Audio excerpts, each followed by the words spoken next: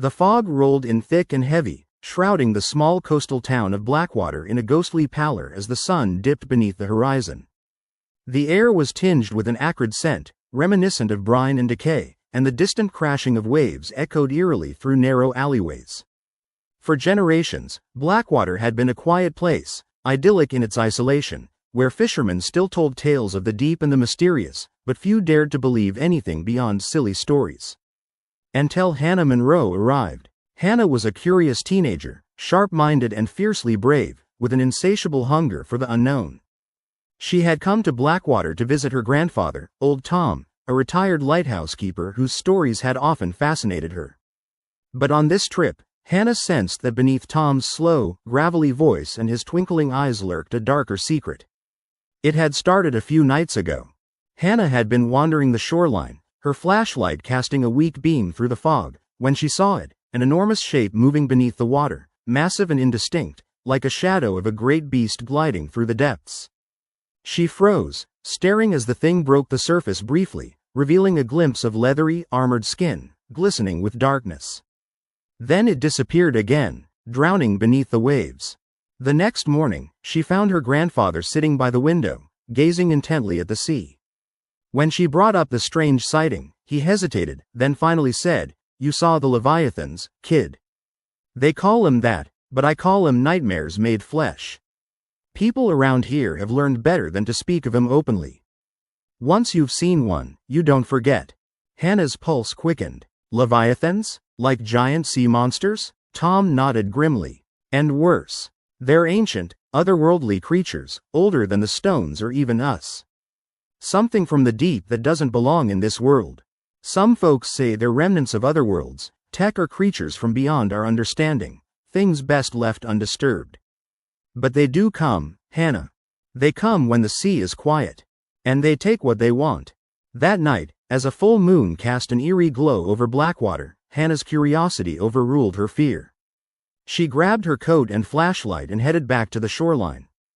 Something about the creature she saw just yesterday haunted her, an unspoken promise that she would see it again, or that it might see her. As she reached the pier, the fog seemed to thicken, whispering ominously in the darkness. The water was unnervingly still, the surface like a mirror, reflecting the ghostly glow of the moon. Suddenly, she felt a heavy presence, a weight pressing down on her chest as if the ocean itself was breathing beneath her feet. Then she saw it. A colossal shape emerged from the depths, sending ripples through the water. It rose higher, a twisted, grotesque behemoth with scales like jagged obsidian, eyes glowing an unnatural crimson.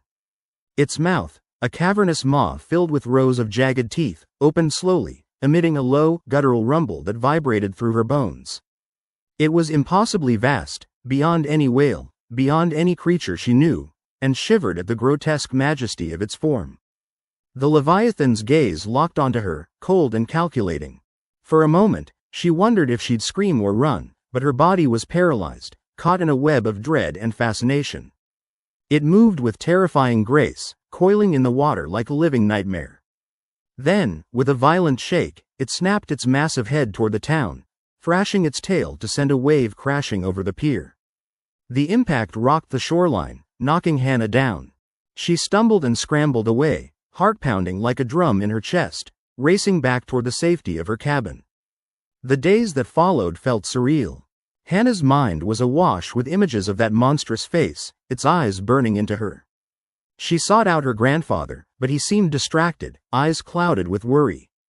He confided in her that there had been a bad omen, more sightings, strange noises deeper in the water, ships missing and wrecked without explanation. That night, Hannah couldn't sleep. She kept hearing whispers carried on the wind, horrible, unintelligible sounds that seemed to beckon her. When she looked out her window, she saw it. The water boiling again, the silhouette of the Leviathan breaching the surface, angry and furious. Suddenly, she knew these creatures weren't just monsters. They were ancient guardians, awakened after centuries of slumber, and they were angry. In the coming days, the terror intensified. Fishermen spoke in hushed tones of how the Leviathans were hunting, that they could breach the surface and reach out with massive tendrils, pulling entire boats into the abyss.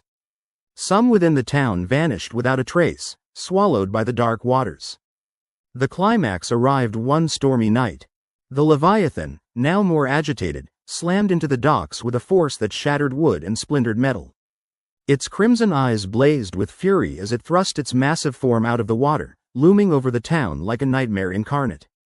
Hannah, along with her grandfather and a handful of brave townsfolk, watched helplessly as the monstrous creature's tendrils snaked out, eager and malicious. The air grew thick with the smell of salt and decay as darkness spread like a plague. Finally, with a thunderous roar that shook the ground, the Leviathan retreated beneath the waves, leaving chaos behind. The town was shattered, but somehow spared total destruction. The waters calmed, the fog lifted, and the creature was gone, at least for now. Hannah never spoke of what she saw that night, and neither did her grandfather. But every now and then, when the fog rolls in thick, and the sea is eerily still, she feels the faint tremor of something immense lurking just beneath the surface, waiting. Because some nightmares, she's learned, never truly sleep. They only wait in the depths, silent, watchful, and deadly.